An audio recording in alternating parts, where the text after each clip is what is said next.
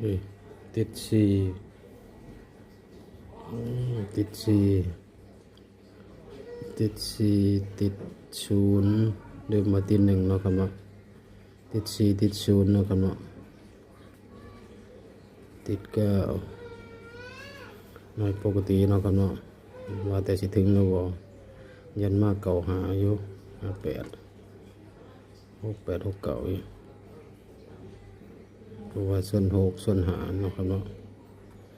ส่วน3ถ้าบ่มาตัวนั้นก็สิแม่น38 39เนาะครับ30เลยนะครับเนาะจบนะครับเนาะ3หน่อยเหมือนเดิมนะครับเนาะมาฟังคำเตือนเนาะครับเนาะเป็นแค่เพียงแนวทางเนาะครับเนาะบ่ได้สนับสนุนเล่นการพนันเนาะครับเนาะสูตรนี้เขามีดุดเนาะครับเนาะเพราะว่าคนเฮ็ดคลิปกับบ่ฮู้เนาะครับเนาะเฮ็ดคลิปมาเพื่อความบันเทิงเนาะครับเนาะแต่ผิดพลาดขอโทษขออภัยเนาะครับเนาะ